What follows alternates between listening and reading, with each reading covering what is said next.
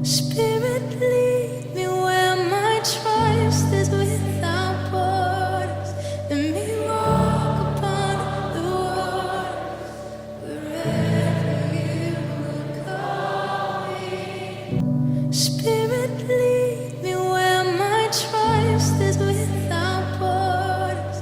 Let me walk upon the waters wherever you will call me.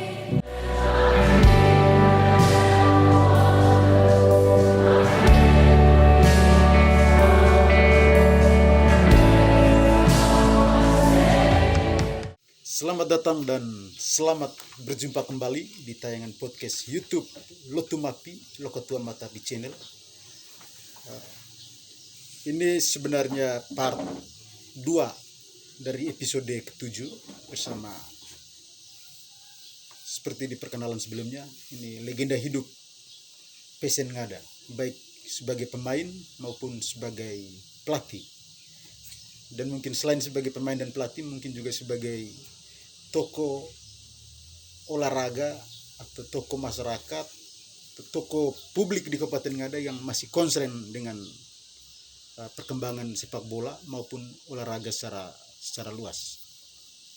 Coach Cletus Marcelinus Gabi. Sebelum kita bincang-bincang coach, ini mungkin permohonan maaf dari tim Lotumapi pada coach dan rekan-rekan pecinta Pesen Ngada, pemirsa Lotumapi yang di part ke-7 kemarin kirim pertanyaan untuk coach di part 7, tapi kita sudah take itu video, tapi karena ada kesalahan teknis jadi video itu tidak bisa kita tayangkan. Akhirnya kita take ulang dengan coach, dan terima kasih banyak coach karena mau meluangkan kembali waktunya untuk kita take kembali itu video.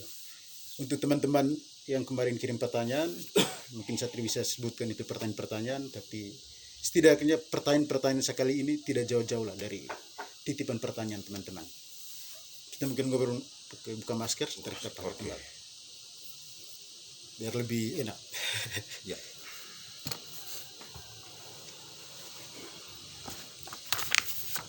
Coach, ini Johan Cruyff, salah satu legenda terbesar dalam sepak bola selain Pele dan Maradona. Dia mungkin nomor 3 setelah Pele dan Maradona.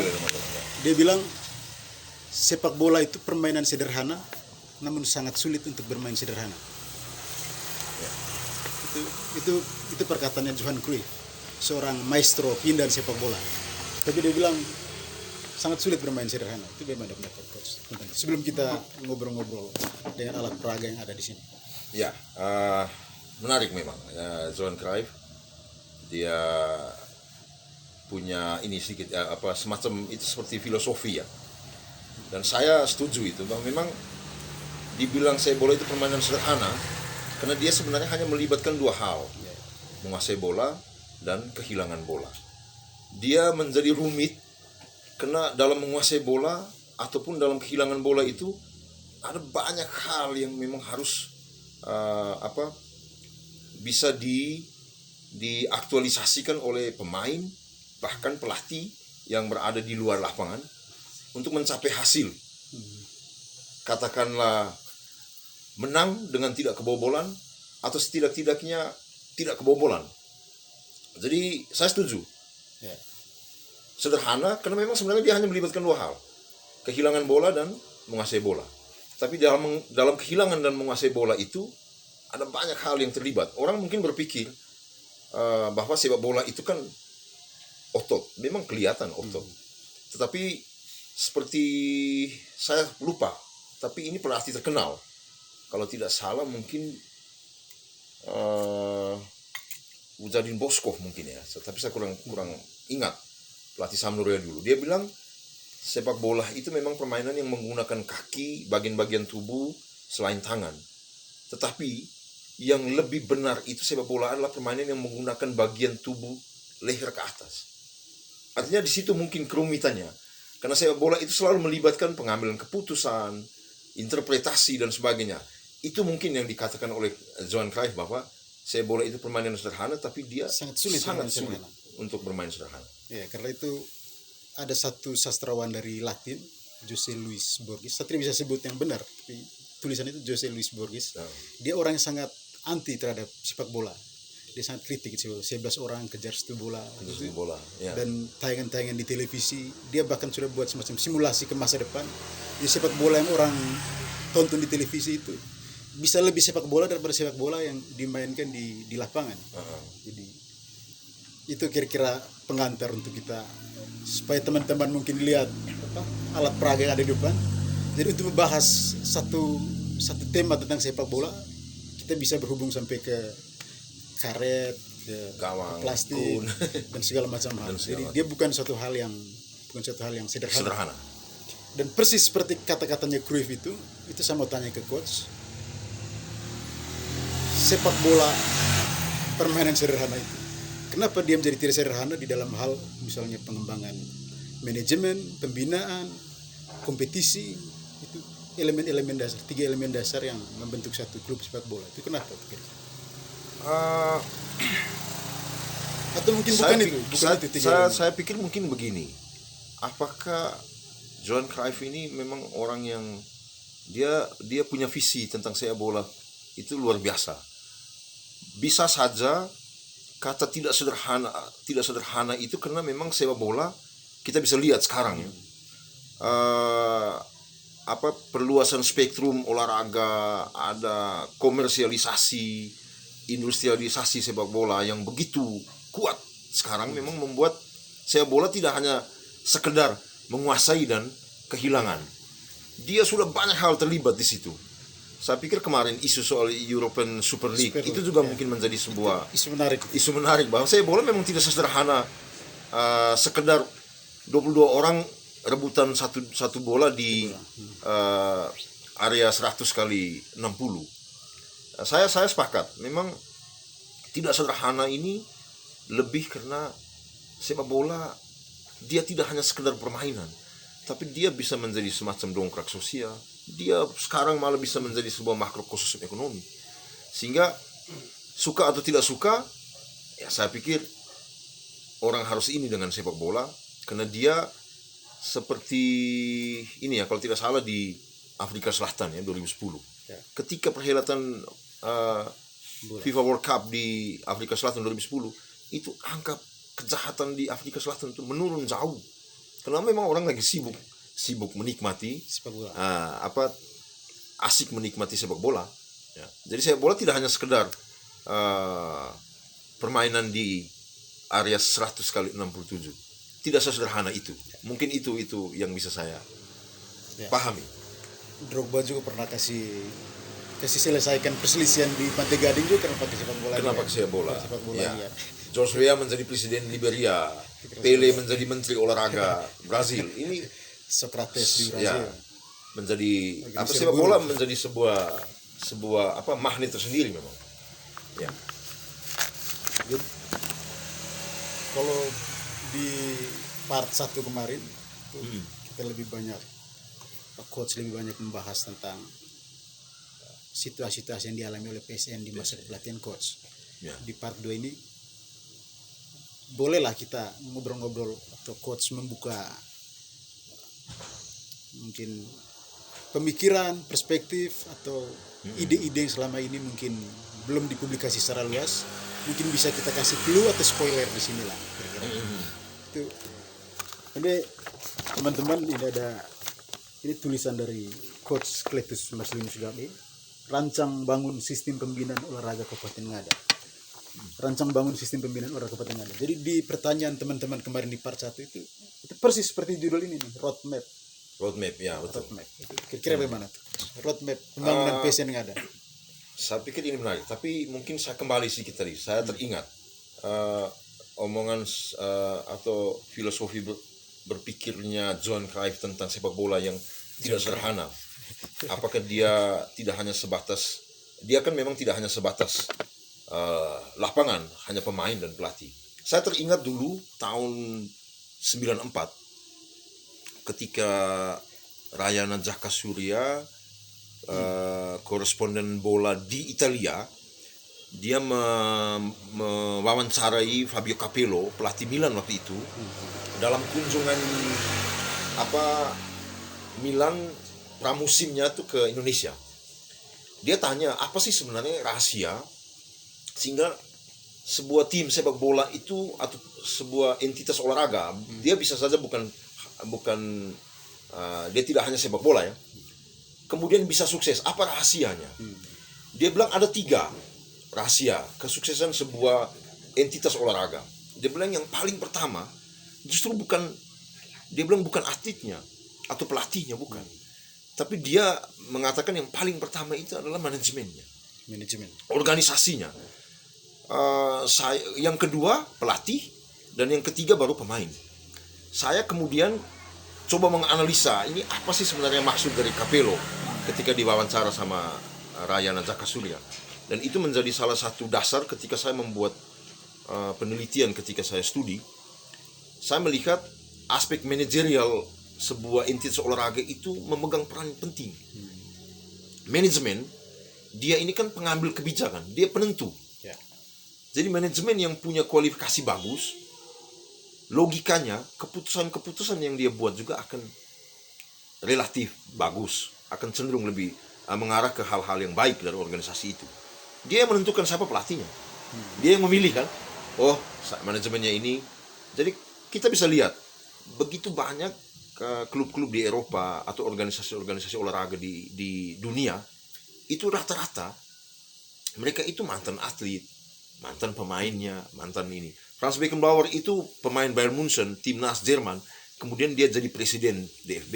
Dia presiden Bayern Munchen, kemudian dia menjadi presiden DFB, PSSI-nya Jerman. Ya toh? Michael Platini, bintang Juventus, bintang Prancis, dia presiden UEFA.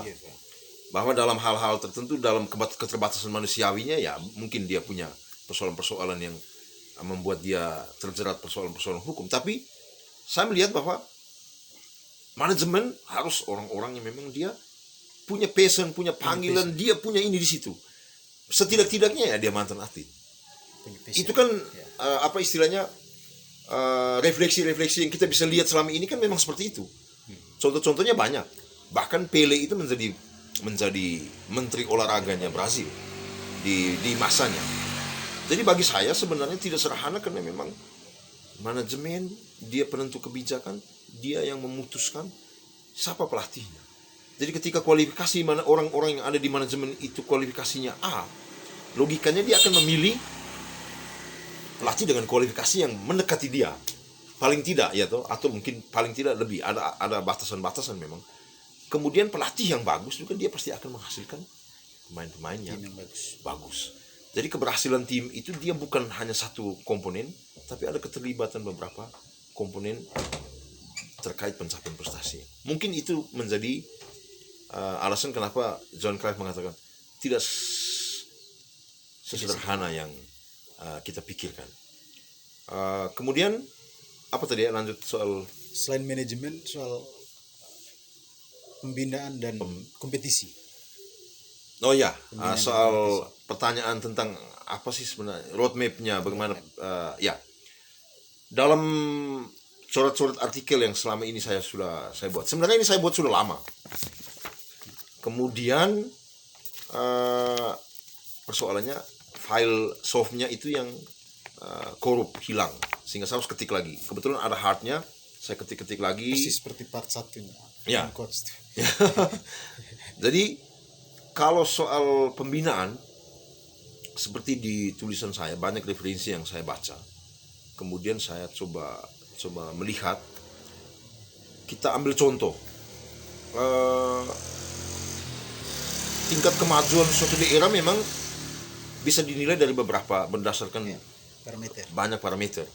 Tetapi dari indikator keolahragaan kita juga bisa mengukur seberapa maju sebuah daerah. Karena bicara tentang olahraga di situ kan kita bicara juga tentang derajat kesehatan. Ya kan? Pembangunan olahraga, aktivitas fisik, tingkat partisipasi, ketersediaan sarana prasarana oke, SDM-nya bagus, maka kita tentu berharap derajat kebugaran fisik masyarakatnya meningkat, derajat kesehatannya bagus, sehingga produktivitasnya tinggi, ya kan? Maka itu akan berdampak ke aspek-aspek ekonomi, ya kan?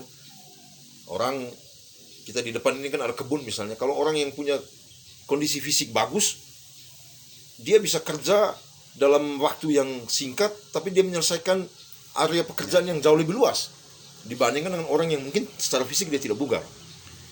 Jadi kalau bicara tentang pembangunan, saya lebih senang menggunakan istilah bukan pembangunan olahraga, tapi pembangunan manusia. Olahraga itu instrumennya, olahraga itu alat bantunya, medianya. Jadi kalau bicara tentang bagaimana membangun sepak bola, apa sih sebenarnya, bagaimana cara kita membangun sepak bola di Ngada? Saya pikir yang paling pertama, ini memang masyarakat perlu pemahaman ya, perlu ada pemahaman dari masyarakat bahwa pemerintah dan masyarakat, pilar pembangunan olahraga itu bukan hanya olahraga prestasi. Selama ini ketika kita ngomong olahraga, masyarakat kan selalu langsung berpikir bahwa olahraga prestasi. Omong olahraga prestasi kan berarti kita bicara soal menang kalah, juara, ya toh, medali, ya toh. Tapi orang lupa bahwa ada dua pilar lain yang justru dia menjadi penyangga olahraga prestasi, yaitu olahraga rekreasi atau olahraga masyarakat, yang mungkin kita bisa bahasakan dia dalam konteks pemasalan. Kemudian olahraga pendidikan yang kita membahasakannya dia sebagai pembibitan, karena pembibit atlet itu hanya ada di sekolah. Sebenarnya dua ini kalau didorong betul, maka kita tidak susah ya di olahraga prestasinya. Artinya hasilnya itu tuh bonusnya juara, kemenangan, ya toh, kesuksesan itu dia akan dengan sendirinya. Kita kasih contoh, negara-negara yang punya tradisi bagus di multi event, ngomong saja misalnya Cina atau Jepang atau Inggris, Prancis, ya toh, Amerika, itu mereka punya konstruksi budaya olahraga yang berintikan partisipasi itu tinggi sekali. Sensus BPS 2018 tentang tingkat partisipasi masyarakat dalam kegiatan olahraga, Indonesia itu hanya ada di angka 26,7 atau 27,6% masyarakatnya aktif dalam kegiatan olahraga. Bayangkan Jepang itu 60%. Tingkat partisipasi masyarakatnya dalam aktivitas olahraga itu sampai di angka 60%. Kita jangankan dengan Jepang, dengan negara-negara Asia Tenggara seperti Thailand, Singapura, Malaysia, angka partisipasi mereka sudah di atas 30. Ini ironis, karena hasil sensus BPS juga itu, orang Indonesia punya waktu yang relatif lebih lama ketika mereka menggunakan perangkat gawai. Itu hampir, satu orang satu hari itu bisa 3 jam. Nah, ini berbahaya. Karena memang saya tidak punya data, saya belum punya data di Ngada, tapi kalau kita lihat sepintas, angka kematian yang diakibatkan oleh penyakit-penyakit degeneratif seperti jantung, stroke, gitu, penyakit-penyakit yang berhubungan dengan organ-organ kardiovaskuler, itu termasuk tinggi saya perhatikan. Ada kecenderungan dia naik. Karena budaya olahraga yang berintikan partisipasi di kita ini berkurang memang. Kita bergeser ke arah hidup yang mulai cenderung sedenter, kurang gerak. Semangat perkembangan total itu kan memang berkurang. Ya. Antara SSB, antara pembinaan di SSB dan di sekolah, kira-kira untuk Ngada secara khusus atau mungkin NTT atau Indonesia secara luas, itu kira-kira tepatnya itu yang mana di antara dua itu? Untuk Ngada dulu lah kira-kira. Untuk Ngada. Jadi dengan kondisi PSN yang seperti saat ini. Dengan kondisi PSN seperti sekarang ini ya. Anggaplah bukan di masa pandemi. Itu mungkin boleh di masa pandemi juga. Jadi begini, saya punya cara berpikir yang agak berbeda. Mungkin orang bilang harus ada bikin sekolah sepak bola. Saya pikir kita di Republik ini kan luas. Apa yang dibuat di Jakarta itu kan dia tidak serta-merta harus bisa diimplementasikan 100% di daerah. Kita perlu membuat penyesuaian-penyesuaian, mempertimbangkan kearifan-kearifan lokal. Kalau saya untuk sepak bola, saya lebih senang ada satu netizen kita yang waktu di part 1 kirim pertanyaan. Lebih memilih mana? Mekos. Bikin sekolah sepak bola atau kita bikin bola di sekolah. Ini menarik. Saya memang sedang merancang satu program untuk mendorong model pembinaan kita di Ngada itu jangan berupa sekolah sepak bola. Kalaupun misalnya kita buat dengan skema seperti gitu, konsekuensinya orang tua harus berani bayar. Tapi kalau kita melihat kondisi ekonomi, kemudian kultur sosial orang Ngada yang sangat ini dengan kegiatan-kegiatan sosial tadi ya, kultur sosialnya kita ini kan menyita. Kalau boleh saya bilang itu menyita. Dulu permandian itu kan bukan sesuatu yang harus dirayakan dengan besar-besar. Tapi sekarang orang bisa tutup jalan. Tapi itu kan hak. Kita tidak bisa melarang. Tapi kita berbicara dari konteks penggunaan waktu. Saya melihat kan sekolah tuh punya duit, dana bosnya besar. Kalau saya perhatikan, saya pengawas nih. Kalau saya mau boleh katakan, sebenarnya pengelolaan keuangan itu banyak. Sebenarnya sisa itu banyak sisa. Karena memang tidak banyak perencanaan yang bisa tercover kok. Masih kurang. Nah mungkin kita bisa punya konsentrasi mempertimbangkan kultur sosial. Kita ini kan kegiatan sosial. Adat, kematian, pernikahan, dan lain-lain sebagainya. Itu tuh kan menyita. Nah kalau dengan skema sekolah sepak bola yang selama ini, saya pernah jalankan sekolah sepak bola 6 bulan lebih, hampir 7 bulan mentok. Karena anak saya sampai pada kesimpulan, anak tidak terikat secara formal. Pelatih juga tidak terikat dia secara formal. Kita tidak mengikat dia secara formal. Dia tidak digaji. Karena siswa tidak membayar. Mereka kan hanya kasih uang, semacam kita bilang ini uang, ada iuran gitu, tapi kecil sekali. Ini untuk operasional ini kan tidak bisa. Ketika dia tidak terikat secara formal dengan item-item itu, kapan saja dia bisa berhenti. Dia sudah dari pagi sampai siang ke sekolah. Reguler nih, ke SD, ke SMP. Kemudian kembali. Tiba-tiba lain ada acara ini, dia harus tinggal. Pelatih juga demikian. Oh minta maaf saya ada urusan ini, harus ini. Akhirnya tidak jalan. Saya setuju, Pak Mekos bilang, kita pilih sekolah bola atau pakai bola di sekolah. Saya setuju pakai bola di sekolah. Punya anggaran. Latihan sepak bola ini kan 3 fase. Fundamental, game related, dan game situasi. Atau kalau di istilah Villanesia, dia sudah pakai istilah passing skill, komponen skill, dengan game. Hampir mirip sebenarnya. Nah, 2 fase ini kita bisa latih di sekolah. Latih saja di sekolah.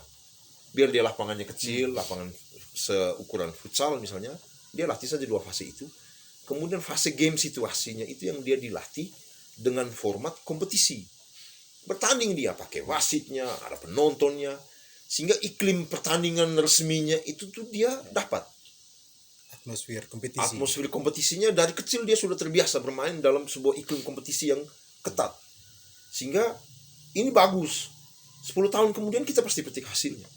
Jadi tujuan bukan di prestasi. Ya, dan artinya kan itu fase latihan saya. Menurut saya konsepnya itu adalah fase latihan. Sehingga tidak boleh sekolah atau tim semata-mata mengejar hasil. Tapi hasil itu bonus. Nah, bonus. Tapi bagaimana kita mengkonstruksi anak itu berada dalam sebuah iklim kompetisi yang ketat, yang tinggi, sehingga 10 tahun lagi kita pasti petik hasilnya. Saya setuju bahwa konsepnya bola di sekolah. Ya. Bola di sekolah dengan game situasi, bukan prestasi sebagai tujuan. Bukan prestasi sebagai tujuan. Dia sebagai bonus. Karena kalau kita refleksikan pengalaman timnas di nasional, itu kan ada yang pernah juara Piala Danon di Prancis. Ya. Ada U19 di masanya Evan Dimas dan kawan-kawan. Tapi mereka akhirnya melempem waktu di tim senior. Jadi mungkin mungkin menjadikan prestasi di usia muda itu sebagai ujung dari pembinaan. Ini menarik dalam diskusi-diskusi saya dengan beberapa teman. Katakanlah setiap kali kalau timnas bertanding ya, uji coba misalnya, atau kemarin kita Menpora. Saya kadang-kadang kalau saya perhatikan saya bilang ini rata-rata kita pemain-pemain Indonesia itu memang mungkin cara berpikirnya salah, menurut saya salah. Jadi pertandingan sisa yang sifatnya pramusim itu kan tujuannya kan untuk membangun tim, untuk persiapan kompetisi. Tapi kalau saya perhatikan rata-rata kita di pertandingan seperti ini itu justru kita seperti habis-habisan, wah ngotot bisa sampai berkelahi. Tapi di pertandingan resmi kita selalu seperti kalah bulu. Saya bilang kenapa begitu ya? Ini kan jadi hal sehingga kadang-kadang lebih jaga. Beberapa minggu yang lalu ketika bertanding kita latihan, saya seperti guyon gitu dengan ada beberapa pemain PSN ketika dia mencetak gol di game-game internal begitu kan, selebrasinya seperti terlalu Seperti Zagi lah. seperti inilah. Saya bilang sudah seharusnya jangan seperti begitu. Jadi nanti terbalik tuh. Kamu nanti di game-game internal kayak begini terlalu berlebihan kamu berekspresi secara psikologis, nanti takutnya kamu puas. Sehingga ketika pertandingan resmi justru kamu tidak bisa keluarkan kamu punya ekspresi itu karena kamu merasa sudahlah. Ya toh. Anti klimaks. Sudah ya. Sehingga saya kadang-kadang saya bilang sudah kalau uji coba itu kita tidak bicara soal menang kalah. Tapi progres timnya ini nih. Jangan sampai you menang sampai 10-0 dengan lawan uji coba, ya toh. Tapi dari 30 kali shoot ke gawang, ya toh. Kita bisa mencetak kita 10 gol dari 30. Tapi lawan membalas 3 gol dari 3 kali shoot efektifin dia. Jadi kalau kita berpikir uji coba menang ini kita harus sampai berlebihan, saya takutnya anti klimaks tadi. Jadi kalau coach lebih sepakat bola di sekolah, jadi itu artinya pembinaan pasti dia akan merata di seluruh sekolah Ya. dengan kucuran dana, sebut saja misalnya salah satu sumber itu misalnya dana bos yang tadi disebut, jadi bisa lebih dimaksimalkan di sekolah, jadi itu dia pasti lebih merata. Ya. Jadi lebih merata. Dan kira-kira muaranya ke tim nasionalnya Kabupaten Ngada ini, ke muaranya ke PSN itu kira-kira bagaimana nanti rekrutmennya? Jadi kan seperti ini. Kalau dia ada kompetisi di usia dini ya, usia sekolah dari SD, dia penjenjangannya kan jelas tuh. Jadi dia bermain di SD. Nah, kalau bisa misalnya yang juara SD itu dia bertandingnya cukup sampai di juara kecamatan saja. Dia tidak usah naik sampai ke level yang lebih tinggi lah. Artinya ini kan psikologi. Kadang-kadang kalau dia mencapai puncaknya justru di usia-usia yang terlalu muda, dia justru takutnya dia berhenti di situ, dia mentok kan, Seperti tadi. Kalau untuk ke PSN ya saya pikir begini, selama ini kan yang kita jalan ini kan cuma kompetisi antar klubnya, tapi saya harus katakan bahwa itu sebenarnya ada sebuah sistem yang terputus di situ. Jadi pemain yang sampai ke klub itu dia bisa saja ketika di usia dini dia malah tidak bertanding sama sekali. Dia sama sekali tidak bertanding. Jadi kompetisi di tingkat usia dini dengan jalur seperti sekolah tadi Pak Ansel bilang dia lebih merata pastinya. Kalau dia merata, artinya kan kita punya peluang untuk mendapatkan calon atlet. Dia banyak nih jadinya. Sehingga kita memilih dari banyak ini kita pasti dapat yang berpotensi itu kan top 11. Punya peluang lebih besar. Saya pikir sederhana. Jadi dia bertanding di tingkat sekolah dari SD ke SMP kemudian SMA. Di SMA ini kan dia sudah bisa direkrut untuk masuk. Usianya sekitar 17-18 tahun ini kan sudah bisa suratin. Selama ini kan PSN tidak pernah ikut suratin. Itu juga banyak pertanyaan tingkat suratin itu kan kita tidak pernah ikut karena memang kita tidak punya pembinaan di situ. Ya, kita tidak punya pembinaan di situ. Jadi dia main di suratin. Nah, ketika di suratin ini kan kita sudah bisa memproyeksikan dia. Kalau dia stabil, bagus, meningkat, dia bisa masuk ke senior. Penjenjangannya seperti begitu. Jadi kompetisi bola di sekolah itu tujuannya untuk kita mendapatkan calon pemain di level U15 dan U17. Ya, berarti ada kelompok umur nanti. Ada kelompok umur di situ. Sehingga memang harus kita bagi-bagi tugas. Jadi yang urus bola ini kan tidak bisa hanya 10 orang. Mungkin kita harus atur, misalnya yang kelompok U15 harus ada orang yang tangani. Kalau pemerintah tidak bisa mengurus semua 3 kelompok usia, katakanlah U15, U17 dan senior. Mungkin U15, U17 kita bisa gandeng pihak swasta sekolah atau mungkin disporanya yang urus. karena itu dia berhubungan dengan Sekolah-sekolah. sekolah-sekolah atau gandeng sama dinas pendidikan. Saya pikir dia punya skemanya kurang lebih seperti itu. Bisa gitu kan? Biar Berarti bisa seperti pembinaannya di sekolah, rekrutmen juga di sekolah. Di sekolah Khusus untuk untuk U15 dan U15 sama U17. U17. Karena itu yang kita tidak pernah ikut selama ini. Kalau di sekolah itu jadi kerangka tim U15 dan 17 dan jadi dasar untuk PSN masa depan. Lalu bagaimana kira-kira di jajaran tim kepelatihan atau mungkin manajemen itu kira-kira bagaimana? Apakah melibatkan sekolah-sekolah juga? Ataukah dia itu tim yang berdiri sendiri di ibu kota atau di kabupaten? Maksudnya dia punya Kalau misal pemain-pemain tadi ini dan menjadikan sekolah itu sebagai candra di muka, sebagai tempat pelatihan, terus rekrutmen juga dari sekolah. Lalu kira-kira para perekrut ini kira-kira bagaimana? ya tentu harus ada kerjasama antara para pihak. Dalam hal ini misalnya di dinas pendidikan karena mereka yang punya sekolah-sekolah, kemudian dinas pemuda dan olahraga yang berurusan tentang olahraga, dan kita menggunakan parameter-parameter baku, menggunakan tenaga-tenaga profesional. Artinya kan kita punya sarjana-sarjana olahraga ini kan cukup banyak sebenarnya, sudah ada sebenarnya. Tinggal kita dorong mereka untuk lebih bergerak dalam kerangka yang lebih ilmiah pendekatannya, sehingga kita punya sistem rekrutmennya lebih objektif. Kira-kira apa saja itu ilmiah itu kira-kira bagaimana? Soal perekrutan yang ilmiah. Kalau perekrutan kan begini, Tools tertentu. kalau saya tidak salah ya, di part 1 itu kan ada pertanyaan tentang itu ya, tentang bagaimana sistem rekrutmennya. Rekrutmen. Ada pertanyaan bahwa kalau bisa rekrutmennya harus merata begitu setiap daerah ya, ada seperti itu. Saya pikir ini orang yang mungkin dia pingin sepak bola itu harus menjadi sebuah permainan yang melibatkan semua orang mungkin ya, tidak bisa menjadi eksklusif gitu ya. Tapi dalam kerangka partisipasi saya setuju. Tapi dalam kerangka prestasi, berarti kita kan tidak bisa seperti membuat sesuatu seperti kelihatan adil begitu ya, tidak. Ada acuan-acuan. Saya kasih contoh, misalnya saya di PSN ada 4 komponen sebenarnya dasar yang kalau saya boleh bilang itu semacam sebuah kemampuan yang harus dimiliki oleh seorang pesepak bola.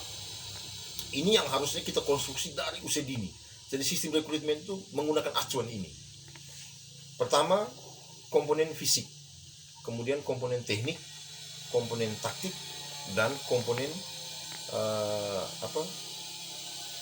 emosi atau sikap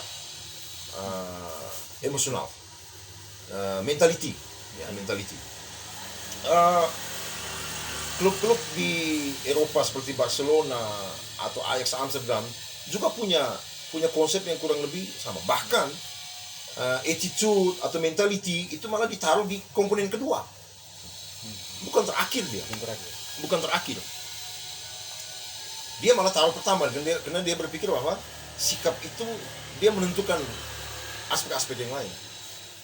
Ya, mentality itu menentukan hal-hal yang lain. Ya, saya pikir mungkin Balotelli ya, mentalitinya membuat semua hal yang lain yang bagus itu menjadi rusak. Tapi kalau saya berbicara begini, kenapa harus fisik lebih dulu? Karena sepak bola adalah permainan yang ya memang melibatkan aktivitas fisik, otot dia, keterlibatan ini komponen fisik. Di PSN, saya punya standar. Jadi kita bisa berdiskusi bahwa selama masa kepelatihan saya di PSN, bahwa ada yang tidak puas itu pasti ya, namanya kalau pemain dia tidak lolos itu kan pasti dia pasti akan cari alasan, wah ini begini. Tapi kita bisa berdiskusi bahwa saya menggunakan acuan itu data. Contoh komponen fisik, tes MFT, multi-stage fitness test, multi-stage fitness test itu untuk tes daya tahan, endurance, daya tahan jantung. itu untuk pemain gelandang tengah, pemain tengah dan back sayap, itu dia punya MFT-nya harus ada di 55 ml per kilogram berat badan per menit. Itu berarti kalau di tes MFT itu dia harus ada di level, dia harus mencapai level 13 sampai 14 di blip testnya. Sedangkan striker dengan kiper itu 50. Striker sama dengan kiper ya? Ya, artinya kan kiper, karena sepak bola zaman sekarang dia tidak bisa hanya menjaga gawang. Tapi penjaga gawang itu dia justru harus bisa menginisiasi serangan, membuild up permainan, membangun permainan itu justru harus dari dia. Jadi dia tidak bisa hanya sekedar menjaga. Itulah kenapa Joe Hart disingkirkan Pep Guardiola dan menggantinya dengan siapa? Dari Brazil. Claudio Bravo dari Meksiko. Karena dari Chili. Karena Joe Hart menurut Guardiola dia tidak terlalu fasih memainkan bola dengan kaki. Itulah kenapa kemudian saya membuat analisa bahwa striker dengan kiper areanya kan tidak terlalu seluas back sayap dengan gelandang di sistem permainan saya, sehingga komponen fisiknya, tuntutan komponen fisiknya berbeda. Itu dari aspek fisik. Kemudian dari aspek teknik ini kan ya kemampuan teknis seperti skill, passing, kontrol, dribble, shooting dan sebagainya. Itu di nomor 2. Kenapa tidak di nomor 1? Kalau saya berpikir kalau dia nomor 1 harus fisik. Karena fisik yang bagus membuat teknik kita akan lebih konsisten. 10 kali kita passing, 8 kalinya benar, 2 kalinya salah misalnya. Tapi kalau kondisi fisik kita buruk, maka dari 10 kali kita passing mungkin 2-nya yang benar, 8-nya yang salah. Nah, fisik dengan teknik yang oke, maka taktikal bisa jalan. Karena kalau fisik oke, tekniknya jalan. Kalau teknik jalan, logikanya kita akan lebih sering menguasai bola. Nah, bagaimana kita bisa implementasikan kita punya taktikal, terutama dalam hal menyerang. Karena sepak bola ini kan bikin gol. Maka kau harus menguasai bola. Maka taktikal saya taruh di nomor 3. Taktikal ini kan banyak, ada taktik individu, taktik grup, taktik tim. Kemudian bagaimana ketika saya menyerang, ketika saya menguasai bola, saya build up, kemudian saya scoring. Kalau kehilangan bola, saya press build up, cegah lawan membangun permainan dari belakang. Tapi kalau lewat, saya cegah mereka bikin gol. Itu kan ada dia punya standar-standarnya. Dan selama ini kita menggunakan acuan-acuan seperti begitu untuk menentukan pemain ini layak masuk ke tim atau tidak. Jadi soal mentality itu juga menjadi hal yang penting. Karena saya punya prinsip di tim PSN itu tidak ada pemain yang lebih besar dari tim. Tim selalu lebih besar dari pemain. Jadi kalau ada pemain yang berulah, saya tidak akan segan-segan untuk menyingkirkan dia. Atau kalau pemain yang terlalu istilahnya mungkin aneh-aneh begitu, ya saya tidak segan-segan juga untuk mencoret dia. Karena saya merasa bahwa tim lah yang paling besar. Tidak ada pemain yang paling bisa besar tanpa tim. Tapi tim bisa besar kok tanpa pemain, tanpa 1-2 orang pemain. Ya. Saya pikir contohnya yang paling gampang adalah ketika 2018, ketika kita punya 2 striker andalan itu tidak ikut, saya merasa bahwa itu tidak masalah. Ya. Di regional Bali Nusa Tenggara kan Okta dan Yoris kan tidak ikut. Waktu itu Usbara. Saya bilang, ya apa yang ada. Kemudian di pranasional saya meninggalkan salah satu pemain yang punya peran penting di jantung pertahanan. Ketika dia berulah tidak disiplin, saya tinggalkan. Saya bilang nggak ada, ini kan gudangnya pemain. Kalau berulah saya cari pemain lain. Dan itu yang saya lakukan soal 4 komponen untuk perekrutan ya. Tapi yang coach sampaikan kan ini kualifikasi yang harus dimiliki oleh tim pelatih atau oleh pelatih. Kita mau ulik soal bagaimana kira-kira atau seperti apa manajemen itu yang bagus buat TC, atau dengan orang-orang seperti apa yang kira-kira pas untuk mengisi positif atau mungkin selama ini mungkin sudah pas tinggal ditingkatkan atau bagaimana? Kalau kita bicara tentang capaian yang kita dapatkan selama ini, mungkin kita bisa saja berpikir bahwa komposisi yang ada selama ini sudah pas. Tapi kita juga jangan lupa bahwa di balik capaian-capaian baik yang kita peroleh itu kan masih ada banyak pekerjaan-pekerjaan rumah, masih banyak persoalan-persoalan juga yang harus bisa diselesaikan atau dihadapi. Sehingga saya pikir saya harus katakan bahwa kalau kita ingin PC ini menjadi besar, bermain ke level yang lebih tinggi, kita pantas untuk ada di situ secara teknis tim. Saya pikir pembenahan secara keseluruhan, bukan hanya di hilir tapi dari hulu ke hilir, itu harus dilakukan. Dan saya pikir orang-orang yang duduk di manajemen harus orang-orang yang memang punya kapasitas, punya kualifikasi, dan dia memang punya panggilan untuk mengurus ini. Karena urusan seperti begini ini kan urusan kita berkorban sebenarnya. Urusan yang kita harus berkorban. Harus banyak berkorban. Saya pikir kalau misalnya kita lebih spesifik, kira-kira kualifikasinya apa? Saya ingat dulu saya punya penelitian tesis, saya tulis tentang implementasi manajemen SDM. Saya pikir ada dua hal yang menjadi perhatian dalam kaitan dengan kita melakukan rekrutmen orang-orang yang bisa duduk di manajemen. Pertama, kita menggunakan pendekatan seleksi apa? Ilmiah atau non ilmiah. Saya pikir kita harus jujur bahwa di bagian-bagian tertentu dalam organisasi itu harus orang-orang yang memang secara ilmiah dia punya kualifikasi di situ. Misalnya bidang iptek dan pengembangan olahraga, berarti kan harus orang yang punya kualifikasi di situ. Iptek, ilmu pengetahuan dan teknologi olahraga, berarti kan memang dia punya basicnya harus basic olahraga. Tidak bisa sembarang orang duduk di situ.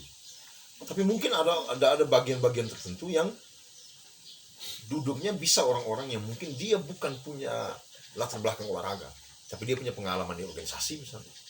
Ya toh? Soal manajemen ya kan bisa siapa saja. Tapi kalau di orang-orang tertentu di bidang-bidang tertentu harus memang orang yang punya kapasitas itu. Sehingga apakah kita menggunakan seleksi ilmiah? Artinya kita mempertimbangkan latar belakang pendidikannya dia atau non ilmiah. Kita abaikan itu ya. Kita lihat kebutuhan dari kebutuhan kerjanya ya toh. Kemudian metodenya. Saya harus katakan bahwa metode rekrutmen kita di induk cabang olahraga ini hasil penelitian saya. Jadi saya tidak ada tendensi begitu ya. Tertentu misalnya karena saya tidak suka atau apa, tapi ini penting personal lah. Iya, ini temuan ilmiah.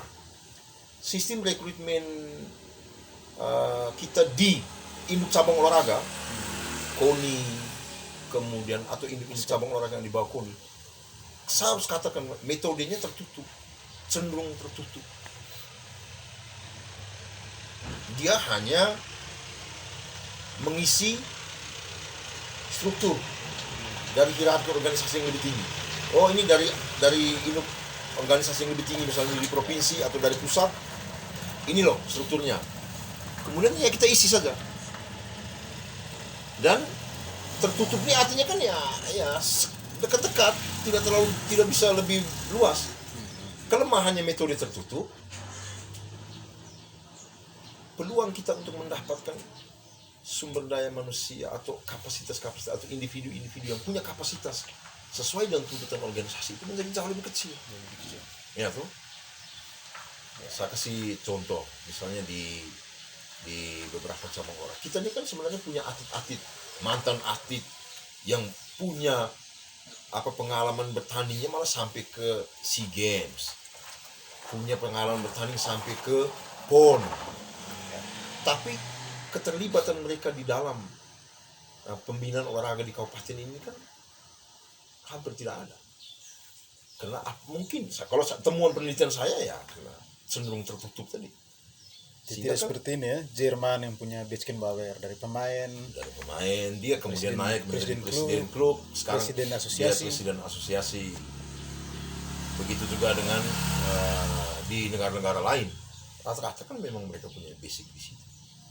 Jadi kalau misalnya Pak Hansel tanya kira-kira untuk Dan apa apa kira-kira selain kualifikasi untuk masuk di manajemen, dan kira-kira tadi coach sebut seperti apa kerjaan rumah, mungkin kira-kira kerjaan rumah yang yang seharusnya dibuat dengan standar-standar yang ilmiah baku, kira-kira apa lagi yang harus dilakukan? Tadi kalau kita bicara soal kualifikasi, artinya kan soal rekrutmen orang untuk isi di posisi itu.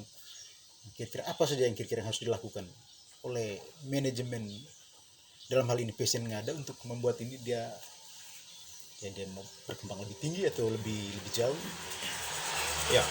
dengan modal sejarah yang sudah dicapai direktur. Jadi begini ya. Jadi pertanyaan Pak Hansel ini saya jadi teringat satu puisi tradisionalnya Afrika. Jadi suatu hari di Afrika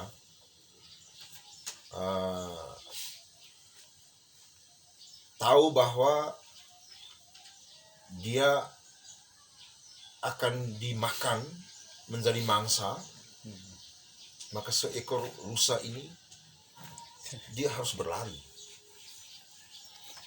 Tahu bahwa dia harus mendapatkan makanan hari ini, maka seekor singa itu juga ketika matahari terbit dia harus mulai berlari.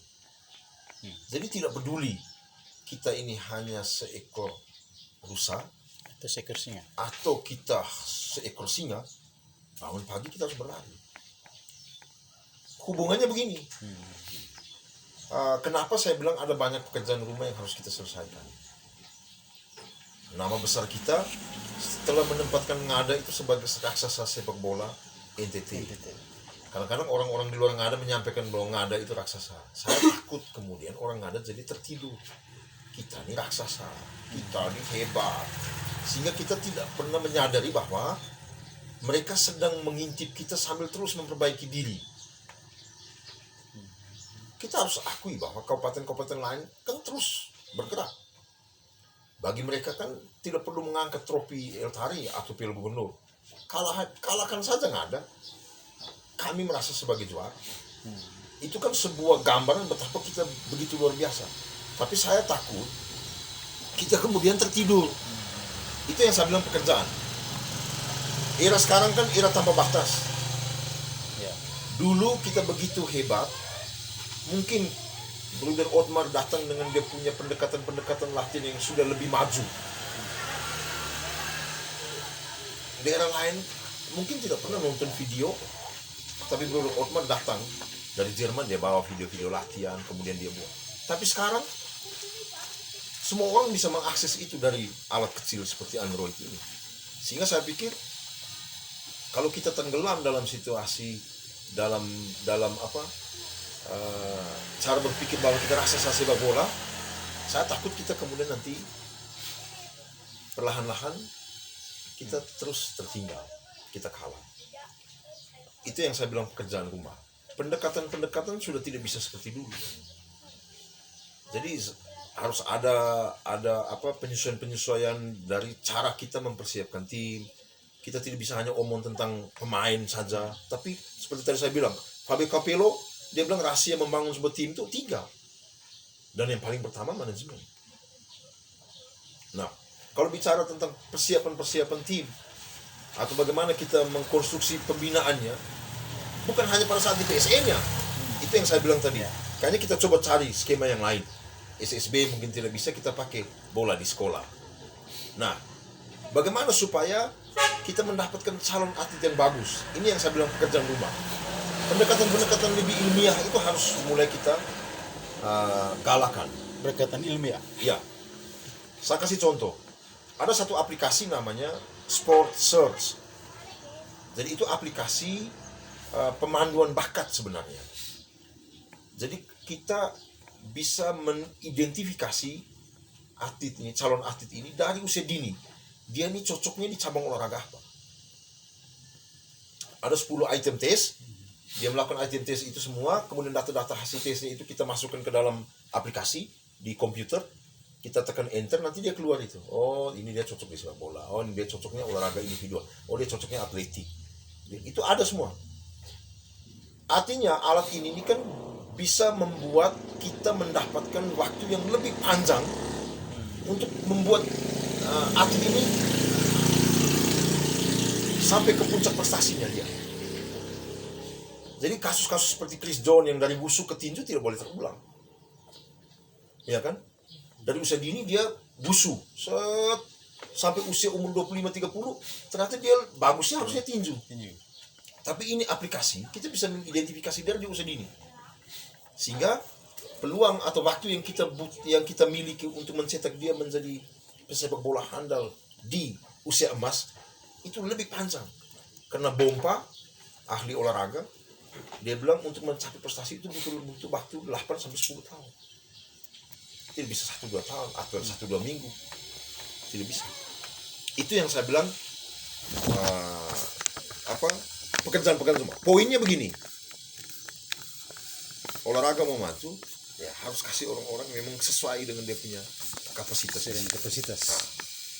Dan pendekatan yang ilmiah dan passion di situ ya.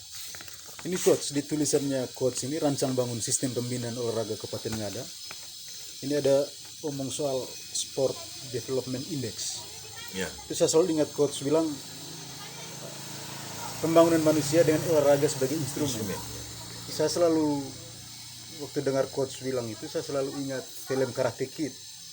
Di film Karate Kid itu Jackie Chan waktu mau berikan latihan kungfu ke Jaden Smith. Itu dia tidak kasih dengan jurus kungfu. Tapi waktu bagaimana cara dia buka pakaian, gantung, bersih rumah.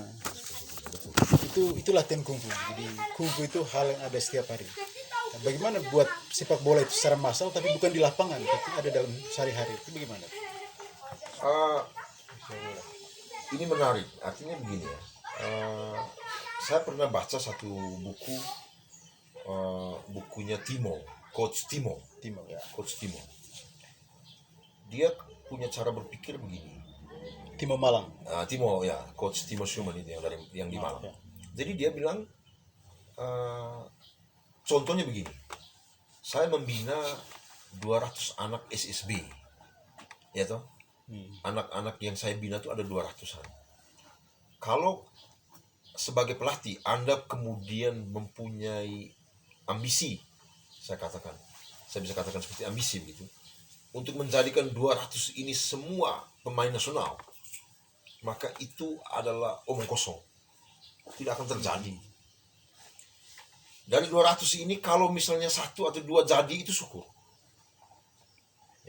Tapi sepak bola dalam konteks universal itu dia bukan hanya sekedar jadi pemain nasional atau jadi pemain klub, jadi bintang sepak bola. Tapi bagaimana sepak bola itu kemudian bisa membuat anak-anak ini dia di masa depan bisa jadi guru terbaik, bisa jadi polisi terbaik, bisa jadi dokter terbaik, bisa jadi suami terbaik misalnya, ya toh, bisa jadi profesi apa saja. Bagi Coach Timo, itulah piala berjalannya dia. Kalau piala dalam pengertian yang tampak dengan mata itu dia angkat itu kan ya sebentar saja. Besok kau bertanding kalah, orang tidak akan ingat itu piala. Orang akan omong kau kalah hari ini. Tapi ketika 10 tahun kemudian kita bisa ketemu dengan mantan anak didik kita tanya, kau sekarang di mana? Pekerjaannya apa? Oh, saya begini.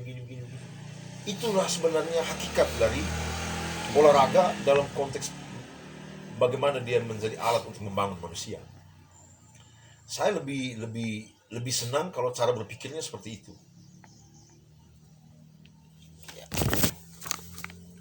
Di soal ini SDI tadi ini Sport Development Index ini itu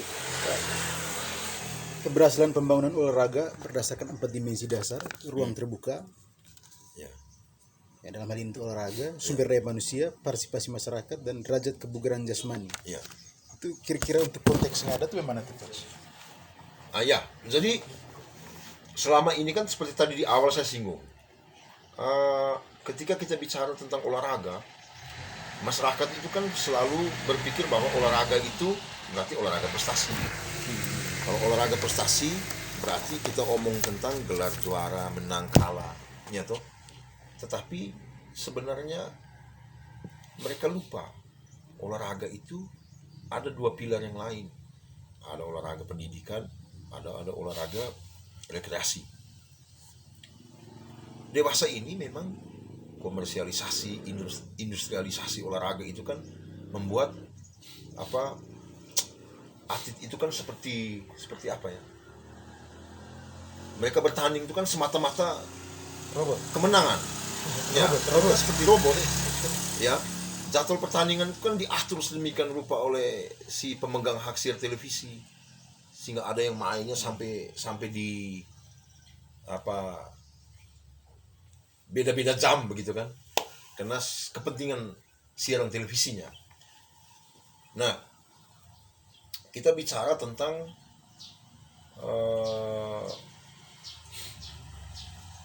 pembangunan olahraga itu, kalau semata-mata kemenangan, maka itu dia tidak langgeng. Bagi saya kemenangan itu bonus, seperti saya bilang tadi. Sehingga mengukur kemajuan pembangunan olahraga, kalau kita berpikir misalnya begini, sepak bola, kita ini pemegang gelar terbanyak loh, El Tari. Piala Gubernur juga demikian. Apakah kemudian kalau kita berpikir bahwa dengan ukuran itu mungkin kita akan mengatakan bahwa pembangunan sepak bola di Ngada bagus, ya kan? Mungkin orang akan berpikir begitu, tapi saya tidak akan berpikir seperti itu. Saya terbalik cara berpikirnya, karena omong soal menang kalah ini kan dia ada faktor-faktor lain. Saya kasih contoh. Di part 1 saya sempat singgung kalau tidak salah, atau mungkin belum tayang. Kita pernah diskusi tapi belum sempat tayang. Dulu pemain PSN kita, Rokus Romu, sempat ikut seleksi ke Tangerang Wolves di IPL, tidak lolos. Diskusilah saya dengan beberapa teman di Jakarta waktu itu. Saya kebetulan lagi kuliah. Mereka punya pertanyaan kan sederhana. Coach, Rokus ini kan kalau kita nonton di Lebih Jaga tuh kan bagus sekali dia. Larinya kencang, tekniknya oke, segala macam. Syutingnya bagus ini. Tapi kenapa ya kok seleksi kemarin tidak lolos? Nah, ini juga yang nanti kita hubungkan ke soal jumlah gelar kita yang terbanyak itu kan. Karena saya juga punya data tentang PSN. Saya berpikir, saya bilang begini, dia kemudian tidak lolos. Padahal kalau kita punya penglihatan ketika dia bermain di Jawa itu kan dia luar biasa. Tapi kenapa dia tidak lolos? Sebenarnya kan kita melihat pakai mata kita, tidak menggunakan parameter baku yang tadi saya bilang ada 4 komponen itu. Karena jangan lupa, jangan sampai ketika kamu nonton di Lebih Jaga, dia begitu kencang larinya, karena lawannya di sebelah lambat sekali. Bukan dianya yang kencang sebenarnya, tapi lawannya yang kelewat lambat.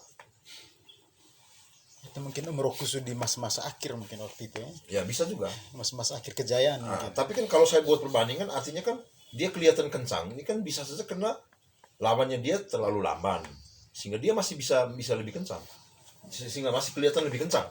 Tapi ketika dipasang dengan standar, macam tadi saya bilang, VO2 max-nya harus 55 ml. Ya kan? Ketika dia bertanding, mungkin dia dapatnya 40. Tetapi yang bermain dengan dia itu hanya 30, maka dia dibilang lebih banyak. Dia masih bagus. Tapi ketika saya pasang dengan standarnya saya, dia tidak dapat. Itu seperti itu. Nah, ke PSN-nya 2003 ketika El Tari di Soe, kita jadi juara. Di Soe. 8 kali bertanding, kita mencetak 20 gol dan hanya kebobolan 5 gol. Statistik saya itu, hitungan saya waktu itu, rata-rata kita mencetak hampir 3 gol per pertandingan, 2,8 sekian gol per partai, dan hanya kebobolan 0,5 atau 0,7 gol per pertandingan, tidak sampai 1. Tapi dengan materi yang sama, nyaris sama, bahkan ada beberapa posisi yang kita tambah untuk menambah kekuatan, bermain ke level yang lebih tinggi di divisi 2. 7 kali bermain, kita hanya mencetak 8 gol dan kebobolan 18. Itu bagaimana tuh coach tentang SDI tadi itu? Ruang terbuka, sumber daya manusia, partisipasi dan derajat kebugaran jasmani. Konteks Ngada. Ya, jadi memang saya lanjut sedikit tadi yang tentang PSN ya, banyak pekerjaan rumah tadi yang saya bilang kita harus banyak perbaikan. Saya singgung tadi di depan soal puisi tradisional Afrika. artinya jangan sampai kemudian, artinya kesimpulannya begini, jangan sampai kita kemudian terlena dengan status kita sebagai singa. Kemudian ketika matahari terbit kita malah santai-santai. Karena kalau berdasarkan puisi itu, kau mau singa atau kau mau rusa, ya ketika matahari terbit kita harus berlari. Berarti coach mau bilang bahwa Eltari dan Piala Gubernur itu kita hentikan sebagai olahraga prestasi. Biarkan tim lain yang jadikan itu sebagai olahraga prestasi, sebagai ujung tombak. Kita harus lewat itu. Anggap saja itu sebagai apa? Pendidikan lah itu. Olahraga pendidikan lah. Ya. Eltari dengan juara Piala Gubernur. Artinya kan kalau kita bicara tentang tujuan, kan kurang enak ya. Dia Kita sebagai sudah ada di jembatan. level yang lebih tinggi kok kita disuruh turun-turun main di bawah yang Ya, itu kita bahas setelah ini, setelah SD nanti. Oke. Ini menyambung tentang ruang terbuka. Jadi ini menarik sebenarnya. Di part 1 saya pernah singgung. Kita sekarang sudah mulai kesulitan untuk mendapatkan pelapis-pelapis dari yang paling real itu kan pelapisnya Octapone sama Yudis Nono. Kita mengalami kesulitan dalam beberapa tahun terakhir karena memang ada yang terputus dari kita punya sistem pembinaan. Itu mungkin ada hubungannya juga dengan konsep SDI yang tadi Pak Hansel tanyakan. Kenapa saya berpikir pembangunan manusia dengan olahraga sebagai instrumen dengan mengacu kepada 4 parameter ini. Saya harus katakan seperti ini. Ini penting. Dua parameter pertama itu adalah dua ukuran dasar. Ketersediaan ruang terbuka dan sumber daya manusia itu akan mendorong partisipasi masyarakat dalam aktivitas olahraga. Dan partisipasi masyarakat dalam aktivitas olahraga yang aktif itu akan berdampak pada derajat kebugaran jasmani. Kalau tadi di awal saya bilang, kalau kita punya pembangunan di bidang kesehatan itu difokuskan ke bagaimana mendorong budaya olahraga, maka kita akan mendapatkan profil masyarakat yang ada yang sehat. Kalau sehat kan berarti produktivitas kerjanya juga pasti meningkat. Multiplier effect lah. Ya, jadi kenapa saya bilang ruang terbuka? Kita omong gampang saja begini. Dulu ketika saya masih kecil, ketika tata ruang kota kita itu hanya sebatas pertigaan Kosoro di tempatnya Pak Umen Rohpa itu barbershopnya ya, tempat pangkas rambutnya Pak Umen. Tapi sekarang kan tata ruang kota kita kan terus bergerak makin ke sini. Itu kan sebagai akibat dari pertambahan jumlah penduduk. Tapi ruang terbuka kita kan masih terbatas. Kalau saya bilang tidak ada, bukan itu konteks Kota Bejawan. Ya, Kota Bejawa saja dulu. Kabupaten Ngada. Belum Kabupaten Ngada. Tapi dia Kota Bejawa kan bisa menjadi tolak ukur dari daerah lain di Kabupaten Ngada. Kita dulu ketika tata ruang kota kita masih ini kan kita hanya punya 2 lapangan Kartini sama Lebih Jaga. Sekarang kan lapangan Kartini kalau saya boleh bilang itu cenderung alih fungsikan. Orang masih bisa melakukan aktivitas memang, tetapi kan makin terbatas aktivitas yang bisa dilakukan. Tidak ada penambahan ruang publik yang lain sebagai konsekuensi dari pertambahan jumlah penduduk. Karena ini kan bagaimana kita mau supaya partisipasi masyarakat tinggi, tapi ketersediaan ruang terbuka dengan SDM olahraganya juga terbatas. Itu dia punya ukuran untuk bikin satu ruang terbuka itu kira-kira ada punya ukuran itu bagaimana itu? Ya. Misalnya berapa kilometer satu ruang terbuka? Kalau referensi yang saya baca itu konvensi PBB kalau tidak salah. Itu ada aturan di situ bahwa 30% dari luas wilayah total itu harus merupakan ruang terbuka, ruang publik. Tapi itu hanya sampai di ruang publik. Kita belum bicara tentang ruang publik olahraga. Nah, kalau Pak Hansel tanya, misalnya ruang publik olahraga itu kira-kira ada tidak dia punya batasan-batasan? Ada 3 syarat memang. Ada 3 syarat. Pertama, sebuah ruang itu disebut ruang terbuka olahraga itu pertama dia memang sengaja didesain untuk olahraga. Kemudian yang kedua, diperuntukkan untuk aktivitas olahraga, dan yang ketiga dia memang bisa diakses oleh semua masyarakat. Nah, kalau 3 syarat ini dipenuhi, maka dia baru bisa dikategorikan sebagai ruang terbuka olahraga. Sehingga saya kemudian berpendapat fasilitas seperti lapangan tenis atau futsal di BRI, atau lapangan voli di Telkom, atau lapangan voli di Kodim, itu memang dia didesain untuk olahraga, diperuntukkan untuk olahraga, bisa diakses. tapi tidak bisa diakses oleh semua masyarakat, sehingga itu tidak bisa disebut ruang terbuka olahraga. Ruang olahraga iya, ya toh.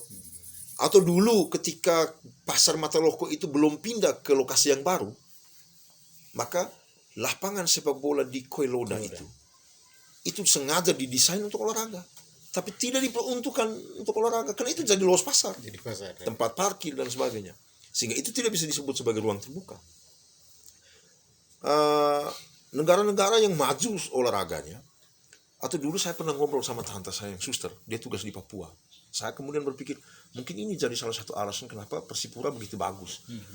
Pemainnya tidak pernah habis stoknya. Tante saya bilang begini, di Papua itu jarak sekian 800 meter atau mungkin sekitar 1 kilo, 2 kilo, 3 kilo, pasti ada satu lapangan. Pasti ada lapangan satu. Dan Freeport mensupport mereka betul-betul. Kalau kita di sini memang sebenarnya punya lapangan banyak. Diadakan setiap kampung pasti ada lapangan. Ada lapangan. Hanya kan persoalannya tadi 3. Apakah dia memenuhi 3 ini? Memang sengaja didesain untuk olahraga, kemudian diperuntukkan untuk olahraga atau tidak? Mungkin tidak sengaja desain untuk olahraga, tapi dia pasti diperuntukkan untuk olahraga dan bisa diakses. Bisa diakses, tapi tidak yang persoalannya tidak didesain, tidak sengaja didesain. Ada lapangan, ada tanah lapang terbuka dia, tapi kita tidak bisa memastikan ini lapangan sepak bola atau tidak, karena gawangnya tidak ada, garisnya tidak ada. Bahkan ada satu desa di Ngada, di kecamatan Goleba, Barat. Saya pernah berkunjung, ada kegiatan ada acara keluarga. Saya duduk, saya kemudian bingung lihat ini lapangannya lapangan apa ya? Lapangan voli atau lapangan badminton? Jadi tidak jelas dia punya garis-garisnya. Saya bilang ini kalau mau dibilang sengaja didesain juga tidak, karena memang tidak jelas ini lapangannya apa. Ada garis-garisnya. Saya mau bilang lapangan voli, tetapi ada garis tengahnya seperti membagi 2 bidang lapangan badminton. Saya mau bilang lapangan badminton, tapi di garis pinggirnya tidak ada garis 2, hanya 1. Sehingga saya bilang, betul kita di desa-desa kita banyak lapangan, tetapi mungkin dia tidak masuk ke dalam konsep SDI itu sebagai ruang terbuka olahraga, karena memang tidak sengaja didesain untuk olahraga. Saya pikir tuh kebutuhan kita terhadap ruang terbuka olahraga sangat penting sekarang. Saya kasih contoh macam di lapangan Kartini. Saya pikir harus ada sinergi lah dalam kita membangun, bahwa pekerjaan-pekerjaan begitu kita perlu melibatkan orang-orang yang memang punya hubungan yang erat terkait fasilitas-fasilitas itu. Dulu saya pernah diskusi dengan beberapa teman.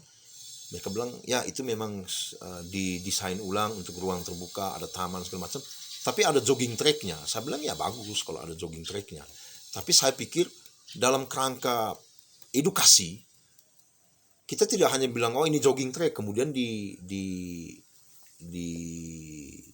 dibuat hanya sampai sebatas itu, bahwa ada jogging tracknya, tapi kemudian tidak ada ikutan-ikutan dari situ. Maksud saya seperti begini.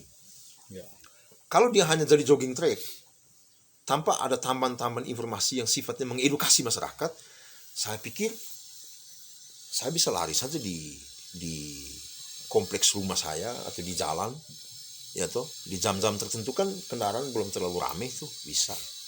Maksud saya ada upaya-upaya lebih konkret seperti kaitannya dengan membangun manusia dengan lewat olahraga ya.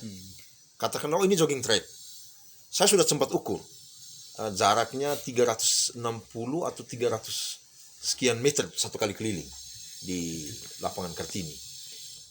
kalau kita pakai tabel kebugaran jasmaninya Cooper, itu ada Cooper test, lari 2,4 kilo atau lari 12 menit. Kita ukur misalnya, oh kalau 1 kali keliling 300 sekian. Kalau selama 12 menit saya bisa menempuh berapa kilo.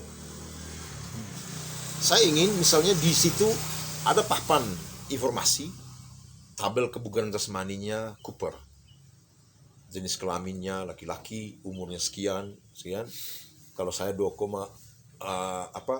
menit saya menempuh berapa kilo? Oh sekian. Oh kalau sekian kilo ini level kebugaran jasmani saya ada di kategori apa? Jadi masyarakat dia mendapatkan pencerahan, mendapatkan pendidikan. Oh ternyata saya level kebugaran jasmani saya masih ada di level kurang. Ada perbedaan lah Praktis. jogging di situ dan jogging di kompleks. Harus bisa menjadi ini ya, atau bahwa oh kalau jogging di situ kau bisa langsung ukur bahwa oh ternyata kau punya kategori kebugarannya ada di level sekian. Itu yang saya maksudkan dengan konsep ruang terbukanya harus dikemas dengan skema-skema seperti begitu. Seperti saya singgung tadi di awal, Pak Hanzel. Apakah tidak salah tanya soal kita punya topografi ini kan sulit kita dapat ruang-ruang yang rata, itu kan sedikit toh. Sehingga saya pikir skema ruang terbuka itu haruslah skema-skema yang multifungsi, multiguna. Jangan hanya sekedar untuk duduk-duduk nongkrong. Dia harus bisa juga digunakan untuk hal-hal yang lain dalam kaitan dengan ruang terbuka. Ya, ini kita tadi sudah bahas tentang dari pembinaan, akademi, rekrutmen, baik itu pemain, pelatih maupun manajemen, juga sampai soal SDI. Jadi tadi coach singgung tentang Om Rokus yang main di nasional, coba seleksi di Tangerang, ya. terus perbandingan antara jumlah kebobolan di wilayah NTT, regional dan nasional.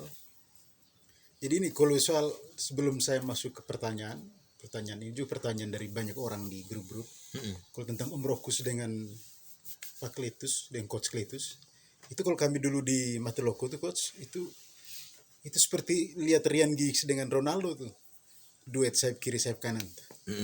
Waktu Coach putar-putar bola, seperti Ronaldo waktu itu lagi tren, goyang-goyang Latin dengan Om Rokus punya shoot waktu itu. Ya. Tapi itu tentang Om Rokus yang coba seleksi di Tangerang, terus dulu ada pernah dengar cerita Om Evo Sabu sempat dipanggil Kudus katanya waktu itu, Persiku Kudus. Terus makin ke sini ada Yoris Nono di Bali United, Oktapone di Persebaya, Jackson Tigu terakhir di Persika kemarin. Persikat Depok ya. Karawang. Persika Karawang ya. Karawang, terus sebelum itu Bali United. Itu kenapa selalu ada perbedaan ketika mereka mengenakan jersey PSN dengan rekan-rekan sesama anak yang ada dalam PSN? Itu kualitas yang mereka tampilkan itu tuh berbeda dengan waktu mereka main dengan orang lain dengan jersey lain. Misalnya, coach mungkin penjelasannya pasti ilmiah tentang P2Max atau seperti tadi dengan ukuran-ukuran ilmiah, tapi kalau sebagai kacamata sebagai penikmat bola kan kami lihat tidak pakai pendekatan ilmiah. Kenapa seperti ada semangat yang hilang atau ada kualitas yang tidak sama? Ya. Maksud kira itu kenapa hanya di satu orang, bukan hanya di Om Rokus? Itu di banyak pemain. Om Lipus tadi dulu pernah di Nek Mitra. Om Hans Ruba pernah Putra Jaya Malang. Kalau coach kan pernah di Pers Tabanan. Itu mungkin bisa sharing. Perbedaan waktu mereka main dengan jersey PSN dengan rekan sesama anak ada. Terus waktu di tim lain kenapa berbeda tuh? Kalau saya Itu minta maaf coach. Mungkin coach tetap pakai pendekatan ilmiah, tapi saya kasih contoh selain pemain PSN, pemain Timur, seperti misalnya Papua, pemain itu misalnya Ian Luis Cabes, bahkan Boas Solosa sekalipun. Waktu mereka pakai jersey Persipura, mereka main di tim Persipura, itu biar tim terbaik, seluruh pemain terbaik Indonesia kumpul, mereka pernah kasih kalah sampai 2 kali. Dari Santos datang mereka bisa kasih kalah Santos. Tapi waktu mereka pakai jersey timnas, itu tidak sama waktu mereka main waktu mereka pakai jersey Persipura. Kira-kira kenapa tuh? Seperti itu. Iya ya, ini kalau saya tidak lihat ke soal yang ilmiah tuh. Ya, Memang kalau saya coba abaikan Ian Luis Cabes, Boas dan pemain-pemain dari Papua ya. Saya coba ke kita saja. Saya tetap coba berusaha dengan cara berpikir ilmiah. Maksudnya begini, kenapa ada perbedaan? Saya pikir mungkin ini soal iklim kompetisinya. Kita mungkin tidak terbiasa berada dalam sebuah iklim kompetisi yang konsisten itulah dalam rentang waktu yang agak lama. Kita kalaupun misalnya dulu punya kompetisi kan mainnya hanya di seputar Agustus dan September, setelah itu selesai. Mungkin soal kebiasaan. Dia tidak biasa berada dalam situasi-situasi kompetitif seperti itu. Kalaupun ada, jangka waktunya terlalu singkat, sehingga kurang bisa memberikan pengaruh terhadap cara dia membuat pendekatan ketika dia misalnya keluar seperti itu. Saya dulu pernah main di PS Tabanan, tapi saya bermain profesional. Lawan Ngada saya cetak gol dan sebagainya. Karena mungkin soal iklim. Tapi kalau saya bicara soal di luar ilmiah, saya punya jawaban di part 1 itu kan jelas tuh. Memang pakai jersey orange itu selalu menjadi sebuah emosi yang bagaimana ya? Beda begitu pokoknya. Frans Sabon itu mantan rekan satu tim saya di PSN dari tahun 2003 sampai 2007. Itu kalau belum pakai baju orange itu dia biasa-biasa saja. Tapi kalau sudah pakai baju orange, badannya kelihatan besar sekali. Dia padahal badan kecil. Jadi memang kalau saya dari sisi itu mungkin ya ada pengaruh juga secara emosional. Bermain untuk tim sendiri, tim daerah sendiri ya, tanah kelahiran itu memang selalu menjadi sebuah emosi tersendiri. Mungkin kalau itu saya cocokkan dengan Cabes, Boas, mungkin mereka biasanya akan lebih ini ya, antusias atau lebih bersemangat, lebih mau berkorban kalau mereka bermain untuk tanah kelahirannya. Ya. Saya pikir mungkin seperti itu. Atau mungkin masalah di mentality tadi, poin keempat. Kalau mentality ya itu kan soal iklim kompetisinya toh. Jadi mereka tidak terbiasa berada dalam situasi kompetitif seperti itu, sehingga ketika mereka keluar mereka cenderung kurang siap untuk bersaing. Kadang-kadang saya malah berpikir mereka mungkin seperti tidak yakin dengan mereka kemampuan, karena mereka tidak terbiasa berada dalam situasi itu. Karena mereka punya kemampuan sebenarnya. Ya, lebih ke mentality itu. Karena salah satu diskusi di part 1 itu kan mau jadi satu klub yang naik terus di level atau mau jadi penyedia bibit-bibit. Nah, jangan-jangan waktu penyedia bibit-bibit tidak bisa bersaing di sana bukan karena faktor teknik atau yang ilmiah, tapi karena faktor-faktor seperti itu yang non teknis itu. Ya artinya ini kan hal-hal yang mungkin bisa kita diskusikan. Perlu mempertimbangkan hal-hal seperti begitu. Tapi saya yakin bahwa kalau iklim kompetisinya bagus, sehat, dia bisa bermain. Kalau kurikulumnya FIFA, itu pemain Hmm. usia dini itu tuh 1 tahun, 1 musim kompetisi, 1 tahun itu dia harus bermain paling tidak itu tuh sekitar 20-an sampai 20-an pertandingan resmi. Nah, format kompetisi macam kita di sini ini kan tim yang sampai final itu kan dia main paling banyak 8 kali. Masih jauh dari jumlah minimal untuk dia bisa kemudian jadi matang untuk naik level. Mungkin itu jadi persoalan. Memang kalau Pak Hansel tanya mau ikut kompetisi atau menjadi penyedia bibit, ya ini pertanyaan-pertanyaan yang memang harus dikaji. Artinya kan begini, ada yang netizen yang ngomong waktu kita di part 1 sempat singgung tuh, tetap ikut di Liga 3. Pilih Ya, antara ikut ETMC atau Liga 3 nasional. Baik, jadi ini menarik.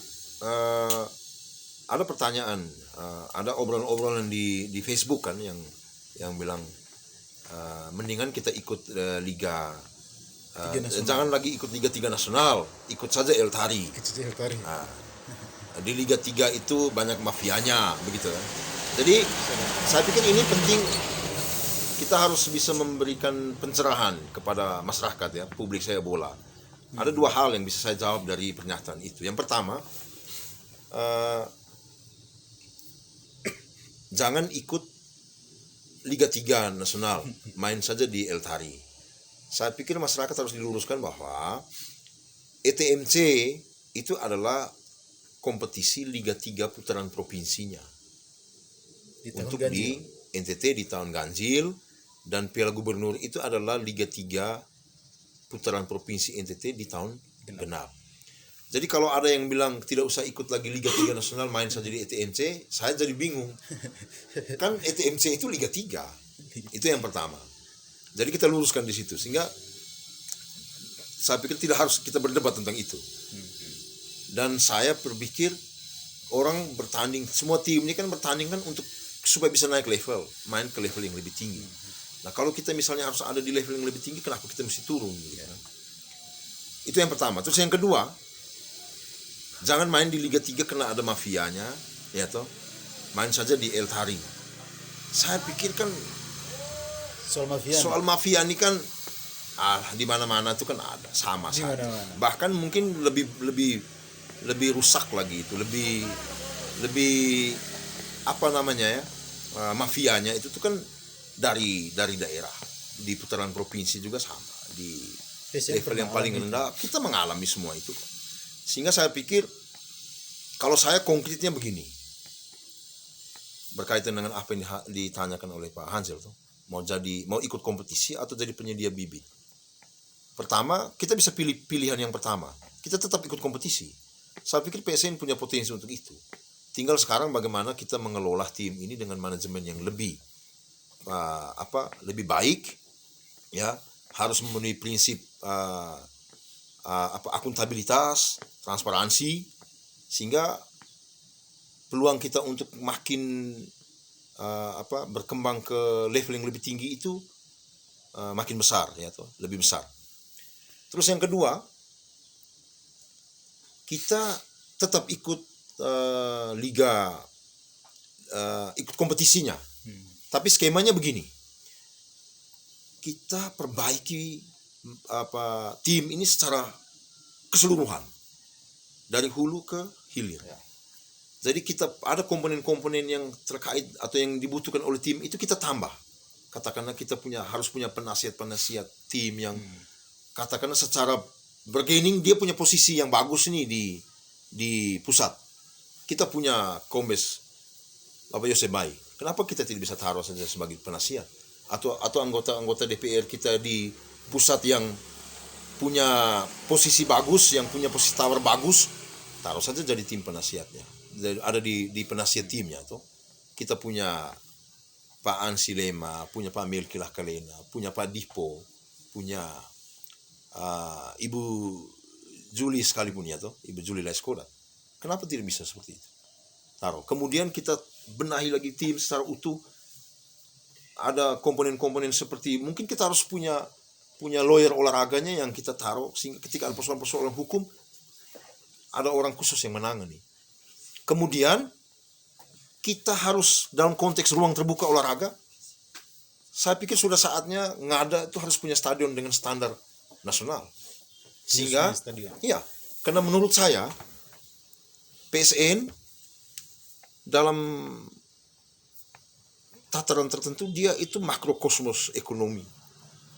Dia bisa menjadi penggerak dari ekonomi di sekitar jadwal pertandingannya PSN. Animo, kultur sepak bola Ngada ini nih sudah sangat mendukung. Sepak bola tidak bisa lagi hanya persoalan 100x60. Dia harus bisa diurus menjadi sebuah industri di luar itu. Bayangkan kalau misalnya PSN bertanding, maka ada multiplier effect di situ. Bukan hanya pemain, pelatih atau orang-orang yang terlibat dengan tim itu yang mendapatkan dampak, tapi sampai dengan tukang ojek, punya pemilik penginapan, hotel di kelas yang besar sampai dengan yang kelas-kelas biasa, pegiat-pegiat transportasi, pariwisata dan sebagainya ini kan dia bisa mendapatkan dampak. Karena satu kali PSN main, mungkin Kota Bejawa akan dijejali sekitar 6.000 sampai 10.000 orang Lebih. datang menyaksikan pertandingan. Saya pikir ini harus bisa dilihat sebagai sebuah peluang. Ya, seperti Pak Hansel bilang, PSN Ngada itu, dan saya sepakat, PSN Ngada itu ambivalensinya sepak bola NTT. Di satu sisi mereka ingin setiap kali mereka menjadi tuan rumah, mereka ingin PSN jadi salah satu peserta yang terlibat. Tetapi di sisi lain, ketika Kita mau dia juara. kita punya kualitas untuk menjadi juara, mereka akan buat dengan segala macam cara untuk menggagalkan peluang itu. Ya, kenapa mereka kok ngotot mau harus PSN juga ikut? Karena memang secara ekonomi PSN punya nilai. Tapi saya harus jujur katakan bahwa sejauh yang saya tahu, tidak pernah ada 1 rupiah pun diberikan sebagai match fee ketika PSN bertanding. PSN paling banyak mendatangkan penonton. Ya, sehingga saya pikir daripada uang ini kemudian beredar di daerah lain, ketika mereka jadi tuan rumah, mereka menggunakan daya pikat secara ekonomi dari PSN, mendingan kita benahi tim ini secara lebih baik, tetap ikut kompetisi di level yang lebih tinggi, dimanapun posisinya kita, tapi kita menerima sebagai tuan rumah dan kita mendapatkan dampak ekonomi dari keikutsertaan PSN di kompetisi itu. Saya pikir itu jauh lebih. Di 2017 itu kalau kita bikin hitung cepat-cepat, supporter paling banyak itu pasti pertama Perse, kedua PSN. Ya. Ketiga Persena naik ke. Sehingga saya pikir memang bukan tidak mungkin ada sebuah desain yang dibuat supaya ya PSN sama PSS saja yang di final. Ini juga pertanyaan banyak teman-teman Ngadamania. Sekarang statusnya PSN di 2021 ini main di mana nanti itu, Coach? Ya, terakhir kan informasinya soal kasus hukuman disiplin kita itu kan setelah tim investigasi melakukan pekerjaan mereka, ada 2 rekomendasi. Kartu kuning di menit ke-60 itu tidak pernah ada. 64 tidak pernah ada. Hanya kemudian kita tetap dikasih hukuman karena kita dianggap tidak patuh dengan sistem yang dibangun di PSSI. Tapi kemudian informasi terakhir, saya berkomunikasi dengan salah satu pengurus PSSI di Jakarta lewat telepon, ada percakapan di WhatsApp. Karena musim 2020 itu, kalau informasi terakhir itu kan musim 2020 harusnya kita bermain di Banyumas, tapi kemudian batal karena COVID. Informasi terakhir, karena musim 2020 itu tidak jadi digelar, maka untuk musim 2021 kalau nanti pun jadi digelar, maka semua tim tanpa terkecuali, tidak ada hubungannya dengan kasus disiplin kita di Gresik, kita memulai kompetisi ini dari putaran provinsi. Itu informasi yang saya dapatkan. Tapi soal kepastian apakah ikut atau tidak, itu sudah bukan kewenangan saya, karena saya tidak ada di ruang itu untuk memutuskan apakah ikut atau tidak.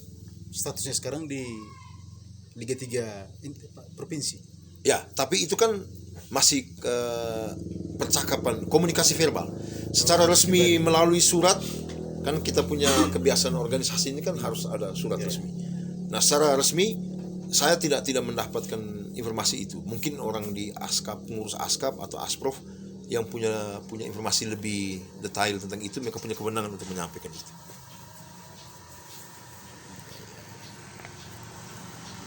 Ini Coach, soal PSN tadi, ambivalensi di NTT. Ini yang terlewatkan di part 1 itu, saya mau tanya Coach, ETMC ini kan salah satu turnamen tertua di Indonesia. ETMC. Betul. Mungkin itu alasan kenapa Liga 3 NTT itu tidak hilangkan kata embel-embel ETMC. Ya. Karena ETMC itu salah satu turnamen tertua di Indonesia, pertama kali digelar tahun 1969. 69. Ya. 69. Itu semacam Piala Dunianya NTT. Ya. Jadi kenapa orang bilang, mungkin saya lihat semangat mereka bertanya itu, lebih baik main di ETMC saja. Jadi saya jadi saja juara Piala Dunia di NTT daripada pergi main di nasional, ujung-ujung kita ditipu. Ini Ya. waktu itu coach bilang semua status klub yang ada di NTT, baik itu tim kabupaten yang tim-tim tua itu maupun klub-klub yang baru muncul di masing-masing kabupaten itu punya status yang sama kalau didaftarkan. Ya. Ini saya mungkin bukan bertanya, tapi sebagai seorang penikmat bola yang cenderung ortodoks, maksudnya dengan semangat Eltari yang dulu itu bikin Piala Dunia NTT, Ya. saya pribadi cenderung sepakat ETMC itu cukup pertandingan antar kabupaten saja, jangan jadi turnamen, jangan jadi pertandingan antar klub. Ya. Mungkin saya coba terjemahkan pertanyaan teman-teman itu soal lebih baik main di ETMC. Artinya begini, kalau kita kembali menilik niatan awal atau semangat awal yang coba Kan silaturahmi antar kabupaten tuh. ditelurkan oleh mendiang Eltari ya, Eltari. gubernur kita Eltari, saya pikir kalau semangatnya seperti itu, saya setuju bahwa kita bikin batasan ETMC tidak usah dihilangkan, dia menjadi turnamen yang harus terus konsisten digelar, tapi lebih ke silaturahmi antara kabupaten-kabupaten di seluruh NTT. Jangan digabung lah istilahnya dengan Liga 3. Hanya memang mungkin keputusan menggabungkan ini kan pasti ada kesepakatan, ada kesepahaman yang dibangun oleh pengambil keputusan di provinsi ini, bahwa konsekuensi kalau misalnya kita harus pisahkan, berarti kan dalam 1 tahun bisa saja ya ada dua ini kompetisi. Sedangkan kita tahu bahwa hampir semua klub-klub di bola di NTT ini kan sangat bersandar kepada APBD. Nah, kalau misalnya satu kabupaten dia harus membiayai 2 turnamen dalam 1 tahun, mungkin itu dianggap terlalu besar, sehingga dibuat sederhana, digabung. Hanya memang kemudian sekarang kan dia punya nilai awalnya, semangat awalnya itu kan sudah mulai luntur toh, karena dia punya judulnya tetap ETMC nih. Tetapi yang bertanding sekarang kan Kristal, ikut Putra Oesao juga. Dan ikut. pemain-pemain akhirnya kan pemain-pemain dari luar kan Dari masuk luar juga semua bisa di- masuk ya toh. Jadi dia sudah tidak lagi menjadi semacam sebuah Piala Dunianya NTT yang notabene dibuat untuk menjadi ajang silaturahmi antar kabupaten. seluruh kabupaten, yang saya pahami sebagai juaranya adalah bonus, tidak boleh sebagai target, ya toh. Tapi Itu tujuan dari ETMC. ya toh, sekarang kan orang sudah bicara soal menang kalah dan juara, sehingga mereka cenderung menghalalkan segala cara. Pemain-pemain dari luar boleh ikut, sehingga semangat mendiang Eltari itu kan sudah mulai bergeser. Ini sudah omong soal menang kalah nih, sudah lagi bukan soal semangat memupuk persaudaraan di antara Flobamora. Ya. Ya. Itu juga ambivalensi itu, mau hilangkan ETMC, dia ini turnamen tertua. Turnamen tertua. di Indonesia disumbangkan NTT. Ya. ETMC. ETMC. Ya. Nilai coach kalau soal tadi kita omong rekrutmen sampai ke dari akademi sampai ke rekrutmen, kira-kira PSN ke depan ini dia punya statusnya PSN dalam pandangan coach ini dia tetap akan bersandar ke, memang tidak mungkin bersandar ke APBD, tapi kalau misalnya dia akhirnya dialihkan ke swasta, itu kira-kira dia punya konsep itu kira-kira dalam pandangan coach kira-kira bagaimana? Itu juga banyak pendiskusian di grup-grup. Saya punya pandangan begini. Pertama, kalau kita misalnya langsung satu kali kita alihkan, mungkin juga kurang agak itu butuh waktu saya pikir. Tapi paling tidak begini. Skemanya begini. Kita kan tidak bisa terus-terusan bersandar kepada APBD.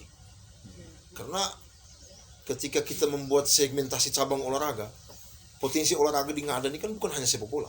Ya. Ada cabang-cabang olahraga lain yang juga harus mendapatkan support dari pemerintah. Ya toh, kadang-kadang kan ada bahasa di yang berkembang bahwa ya makanya di Ngada ini hanya sepak bola saja, hanya PSN cabang olahraga yang tidak ada. Saya mengamini betul itu. Sepak bola kan Atau gara-gara PSN olahraga yang lain seperti diabaikan tuh. Artinya begini, kalaupun misalnya skemanya tetap dengan kita sumber utama bukan satu-satunya, pendanaan itu dari APBD. Artinya kan tim ini harusnya bisa dikelola dengan tujuan untuk bisa mendapatkan sumber-sumber pendanaan lain di luar APBD. Dan saya meyakini PSN punya potensi untuk itu. Kita punya brand kok, ya toh. Basis supporter kita lumayan, ya kan. Kita punya nama besar cukup. Daripada orang capek-capek promosikan dia punya produk perusahaan, pasang saja logonya di jersey PSN. Yang datang nonton kan bisa 10 ribuan. seperti ini. Seperti ini, ya. Jadi PSN punya potensi untuk itu. Sehingga kalaupun misalnya tidak di swastanisasi 100%, tapi saya pikir pengelolaannya harus bisa lebih ke arah ini ya. Industri sepak bola harus sudah dikemas dengan pendekatan yang lebih industri lah. Saya punya hitungan kasar saja, misalnya dari jersey kita bisa punya potensi pendapatan sampai 2M dari jersey saja. Gracia Solo ini kan menjadi sponsor kitnya PSN di 2019. Saya mempunyai hitungan dasarnya begini. Anggota PSN Ngada Fans Club itu kan sekarang sudah menyentuh angka 45.000, bahkan hampir 50 sekarang. Kalau kita target setengah saja dari keanggotaan PSN Ngada Fans Club itu, dengan menjual jersey itu, satu jersey 200.000, yaitu kita ambil 100 dari apparel kitnya, harga pokoknya 100, kita jual 200 atau jual 150.000, kita ambil 50.000. Dari 20.000 saja kan kita sudah bisa dapat 1M. Kalau 20.000 kalau 200.000 itu kan sudah 4M. Tapi kan keuntungan kita kan 2M. Karena 100 ini kan untuk harga belinya. Tapi keuntungan bersihnya kan 100.000. Dari situ kan kita sudah bisa dapat 2M. Dari jersey saja. Jadi saya pikir kalau misalnya sekedar untuk mengikuti kompetisi Liga 3, saya pikir 2M itu cukup. Itu baru dari satu item. Belum dari nilai sponsorship dari si yang punya produk. Misalnya entitas perusahaan begitu, bank atau koperasi dan sebagainya. Katakanlah misalnya dia dalam satu musim kita nilai kerjasamanya 500 juta. Ya 500 juta itu kan berarti itu kan kita punya modal awal. Kita bisa olah dari situ. Jadi peluang kita untuk mengelola tim ini dengan konsep yang lebih ke arah industri, kita tidak hanya bersandar kepada APBD, saya pikir bisa. Bisa dalam arti kenapa kita tidak berani coba? Harus berani coba. Konsep seperti itu bisa. Kalau kemudian misalnya seperti Arema atau Barcelona yang betul-betul dimiliki oleh fans, saya pikir bukan tidak mungkin, ke depan juga kita bisa seperti itu. Perlahan-lahan kita kemudian lepas dari APBD. Sehingga anggaran-anggaran yang dialokasikan oleh pemerintah lewat APBD itu mungkin fokus saja untuk pembangunan infrastruktur, ya toh, fasilitas-fasilitas publiknya didorong, peningkatan SDM-nya lewat anggaran itu. Tapi PSN kita punya banyak orang-orang hebat kok di Nusantara ini yang siap mendukung PSN. Katakanlah dengan skema kita buka PSN ini, dia punya kepemilikannya dengan skema kepemilikan saham terbuka. Siapa saja boleh taruh sahamnya di PSN. Kemudian dari sekian banyak yang taruh itu, kita kemudian listkan 20 pemilik saham terbesar. Mereka kemudian duduk menjadi semacam komisarisnya dan mereka direksinya, dan mereka memilih siapa yang presiden klub. Jadi presiden klubnya. Kau pilih sudah ini orangnya. You kelola duit ini. Kan bisa sebenarnya. PSN Dan jaminan tidak boleh dia keluar dari Ngada. Ya. Sampai kapanpun. Ya. Home-base-nya. Sangat bisa. Saya pikir itu. Artinya sangat bisa dalam pengertian kalau kita tidak bisa mengatakan itu tidak bisa sebelum kita mencoba kan. Kalau itu hal yang baik. Lagi ada contohnya. Ya. Ada contoh. Kita kan bisa belajar dari banyak contoh yang sudah dilakukan. Arema bisa hidup kok. Bukan dari APBD. ya kan? Oh ya, Klub-klub soal yang- ini ya, coach. Tadi coach ada singgung tadi bahwa tidak ada pemain yang lebih besar dari klub. ya, Ya, legenda datang dan pergi tapi klub dia tetap ada. dia tetap ada. Tapi kalau khusus untuk supporter, ada supporter yang lebih besar dari klub. Ya, Ada beberapa contoh itu yang supporter bukan lebih besar dari klub, dia mungkin bisa disebut lebih besar dari klub. Mhm. Misalnya ada beberapa contoh macam Pasopati, itu klubnya mungkin mati tapi kelompok supporter dia tetap hidup dengan aktivitas-aktivitas yang mereka buat. Kalau yang terbaru kan kita lihat seperti supporternya Manchester United yang sampai bikin klub baru karena lawan Glazer, Lawan Malcolm Glazer, Glazer, ya. dia bikin sendiri klub. Itu kalau untuk konteks nggak ada dengan potensi seperti yang coach sampaikan tadi, itu kira-kira dia hanya sekedar dimanfaatkan sebagai pangsa pasar untuk bisa beli jersey, beli tiket, atau mungkin ada konsep tentang supporter untuk khusus untuk supporter. Karena itu juga ada contoh tuh supporter di tempat-tempat lain. Maksudnya kekuatan supporter dia tidak hanya sekedar beli tiket dengan beli datang di stadion dengan beli jersey atau beli pernak-pernik klub. Dia bisa didorong lebih jauh dari hal-hal yang mudah dibuat oleh semua supporter. Maksudnya sampai dengan hal-hal. Misalnya untuk konteks pembangunan PSN yang coach sampaikan dari tadi, kira-kira pelibatan Oh, iya, iya. supporter Betul, yang betul. mania itu kira-kira bagaimana? Saya diskusi dengan beberapa teman, kita punya diskusi, kita sampai pada satu pikiran yang sama begini. Jadi kita tidak hanya sekedar menggunakan mereka untuk pangsa pasar seperti tadi Pak Hansel sampaikan, untuk mereka supaya bisa beli jersey dan itu menjadi sumber pendapatan klub. Tapi mungkin kita juga bisa mendorong kelompok supporter ini untuk bisa menjadi satu entitas ekonomi kreatif. Katakanlah mereka yang menjadi ininya partnernya tim. Katakanlah jersey itu kelompok supporter ini yang dengan mereka punya entitas ekonomi itu apalah namanya, mereka yang kemudian ini jersey, menyiapkan jerseynya. Itu kan sama dengan kita membuka lapangan pekerjaan. Jadi mereka tidak hanya mendukung, atau kita hanya kita jadikan mereka sumber pendapatan klub, tapi kita juga bisa mendorong supaya mereka ini selain mereka mengorbankan waktu, tenaga, pikirannya untuk klub, bermain di mana mereka dukung, tapi kita juga dorong mereka secara ekonomi, mereka bisa hidup. Katakanlah jersey kita tidak harus kerjasama dengan sponsor kit yang dari tempat-tempat lain, tapi kita bisa bikin sendiri, yaitu sediakan alatnya sendiri segala macam, kemudian si kelompok supporter itu kemudian yang bekerja untuk Dan bisa simpan saham juga di situ. sehingga mereka juga bisa saya kenapa tidak bisa ada skema seperti begitu. Kira kita sudah bahas semua hal yang mungkin teman-teman tanya. Ini barang-barang yang ada depan sini ini saya juga tidak terlalu mengerti nih coach. Ya. Ini apa sebenarnya? Jadi ini kan sebenarnya tools yang alat-alat bantu dari seorang pelatih ketika dia harus mengerjakan tugas dan tanggung jawabnya.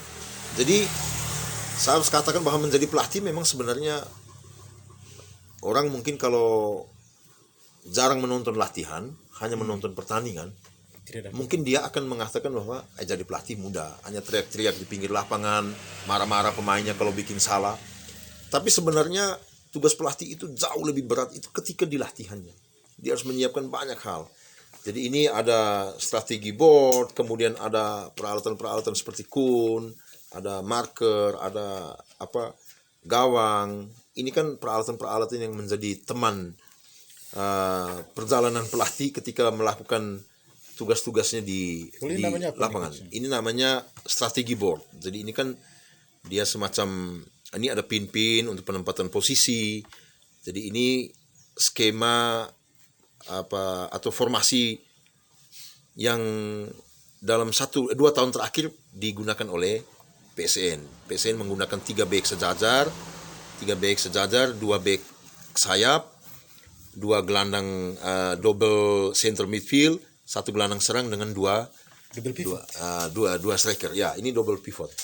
Nah, jadi selama ini kita selalu menggunakan di era kepelatihan saya dari tahun 2016 memang formasinya penempatan posisi pemain bisa berubah-ubah, depan, tengah sama belakang.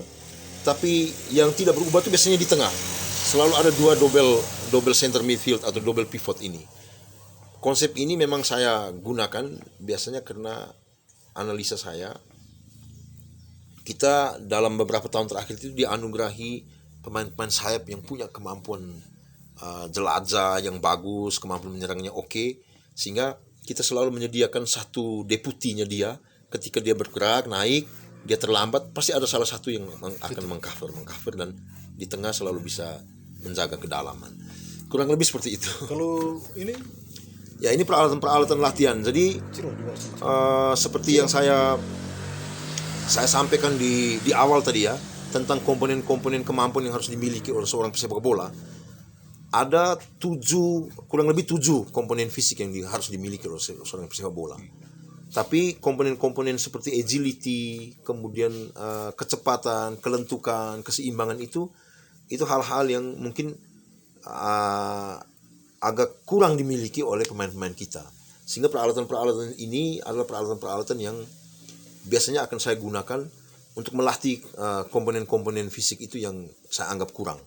Sehingga memang hasilnya ketika kita bertanding ke Indonesia bagian barat menghadapi tim-tim di Bali ataupun di Jawa, secara statistik memang kita pelan-pelan kita memperbaiki, ya toh, karena ada beberapa komponen fisik yang memang kita sudah Berarti itu semua item yang ada di PS tuh. item yang agility ini. agility, jadi